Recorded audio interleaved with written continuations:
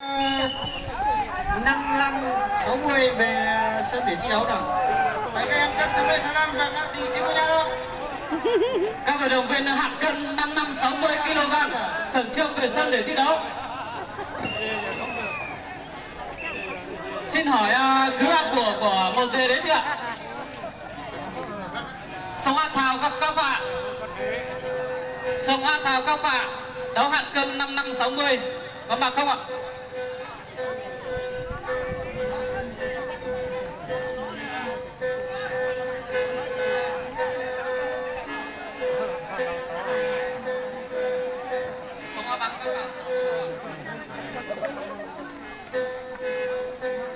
Trận này là giữa xã Phan Lang gặp xã Chế Độ. Đề nghị đội trưởng có ai tập trung vận động viên của mình để sẵn sàng vào thi đấu. Mình ngồi thẳng tí nhá.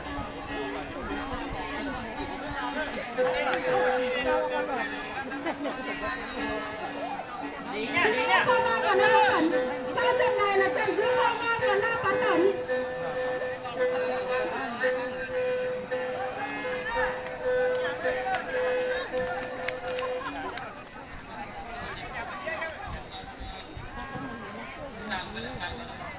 Tiếp theo chương trình xin mời quý vị chúng ta Hạng cân 50 Sáu Lang.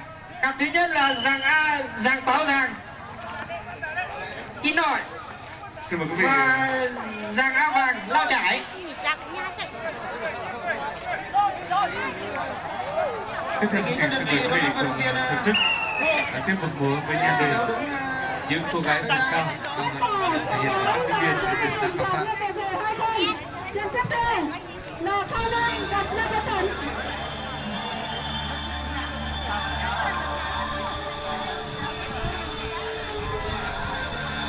Người thôi. Nam Bán Tẩn lên. Phan Lang lên. Đội trưởng có ai đợi cho vận động viên của mình vào ra để thi đấu.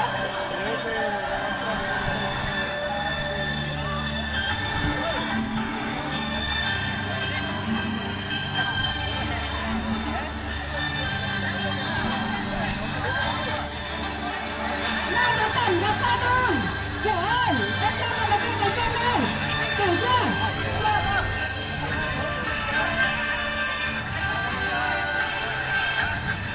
Ai Phan Lang là đội là Phan Lang gặp Phan Lang. Vận động viên của thi đấu.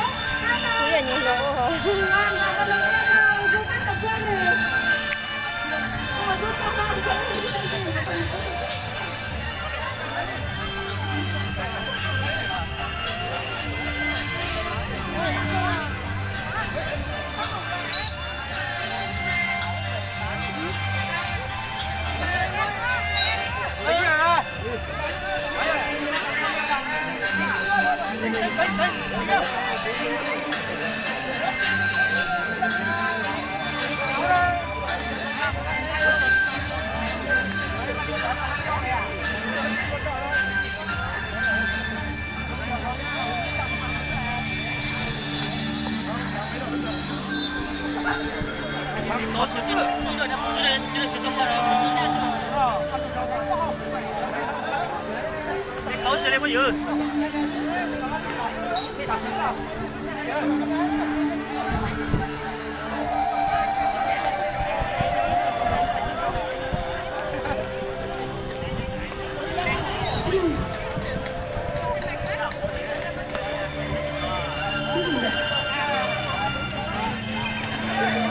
Phan Lang đã cho vận động viên vào sân. Phan Lang Nam Bán Tẩn.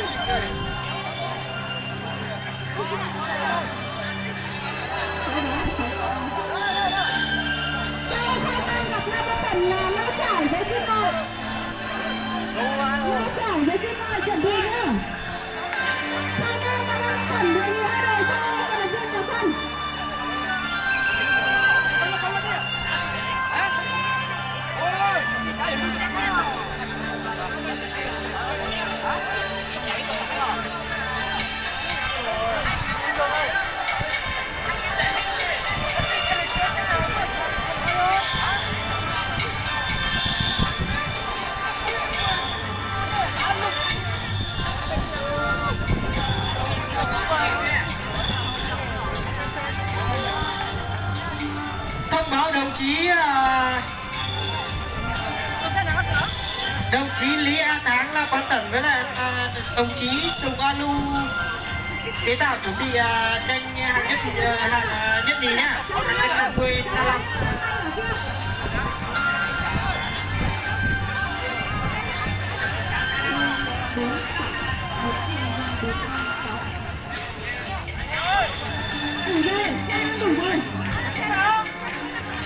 Đồng chí Sùng A Lu chế tạo và đồng chí Thúy A Già lao trái.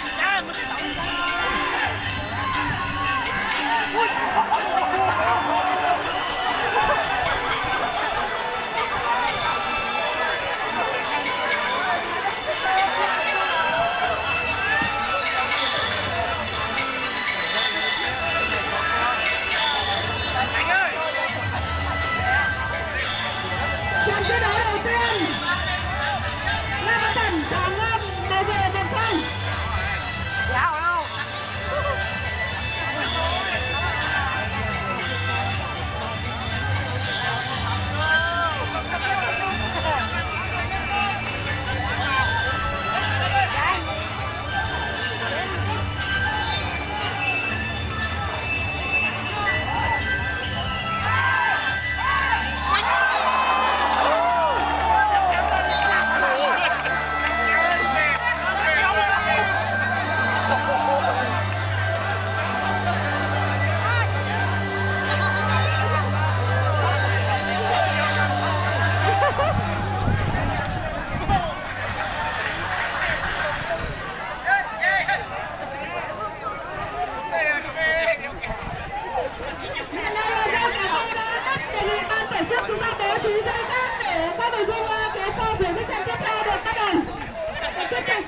Quý vị và tiếp theo chương trình xin mời quý vị cùng thưởng thức một tiết mục múa kèn đơn.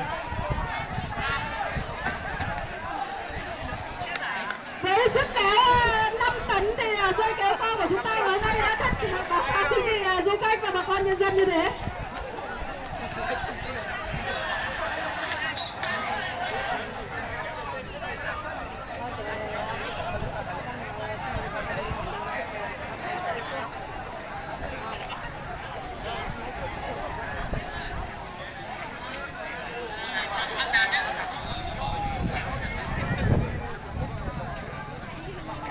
Người tiếp theo để cái hàng cân 60-65 Lý A7 cũng luôn khăn áo cáng kim loại. Lý A7 cũng luôn khăn áo cáng kim loại. Khăn cáng kim loại đây à?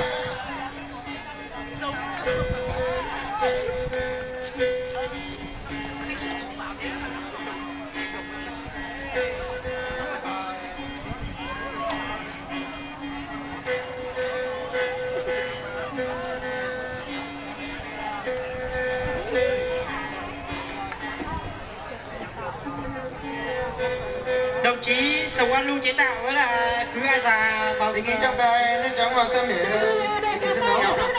Ổn định. Xe bố trí xe để thi đấu tiếp theo.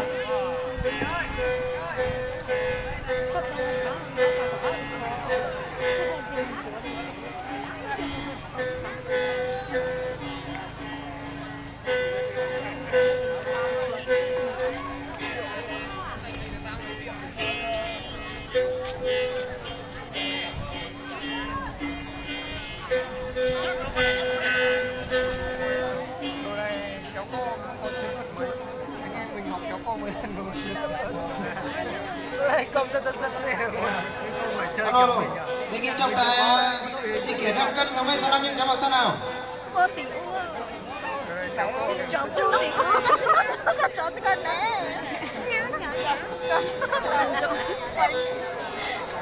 chó是chó tiểu không chó thế thì đang cùng đi là ini minta apa kali pun belum minta apa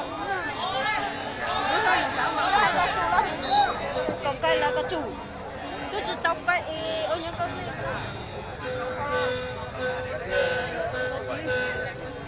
hay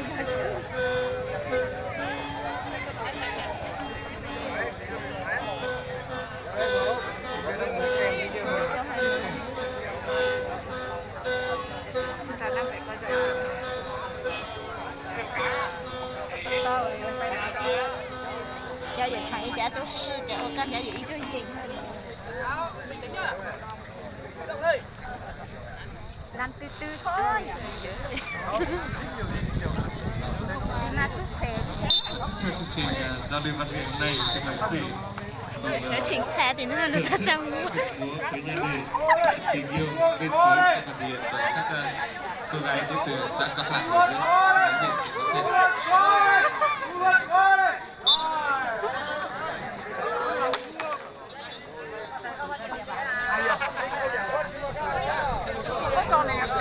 để có xem.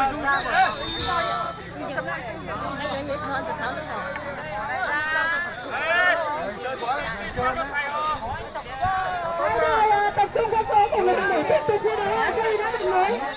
Hoặc là sân mình không cho mình quả rồi. nó đông chân quá. Nó có chơi giả hồ, nó chơi giả hồ nó không thì hả? Đồng chí nhà thư ký đâu nhỉ? Nhà ơi! Nhà ơi! Nhà ơi! Nhà thư ký cán bộ ơi!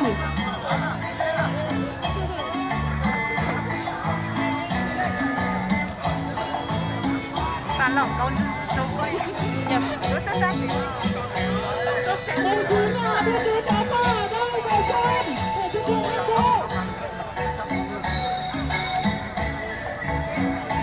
Anh ơi, anh cầm cái đấy đúng không?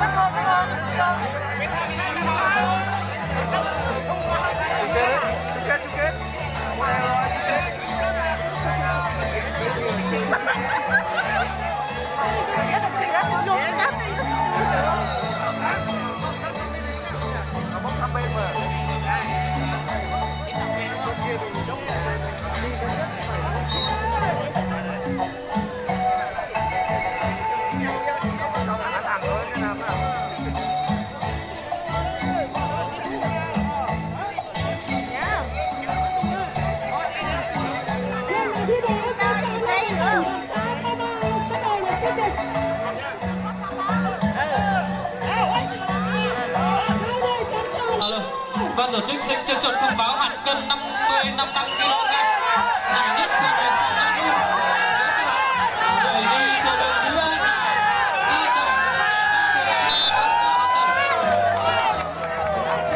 còn hạt cân 55 kg 60 kg giải nhất thuộc về dàn pháo giàng Kim Nội, giải nhì thuộc về mùa Á Pá Kim Nội, giải ba thuộc về dàn A Vàng Lao Trải. Sau đây xin trân trọng mời hạt cân 65-70 kg vào sân để thi đấu. Tiếp theo là cặp đấu giữa thằng Lữ Kim Nội và múa Hạt cân 65-70 kg vào sân để thi đấu. cân 60-65 thằng Lữ Kim Nội múa già chiến đạo. Múa già chiến đạo ha. Hạt cân 65-70 cân nào. Thứ nhất là đồng chí Trang An Đủ Kim Nội. Đề nghị vận động viên múa già hạng cân 60-65 nhanh chóng Trang An Đủ Kim Nội hạng 65-70. Thứ hai là đồng chí Giàng Thảo Trư Đắc Hát.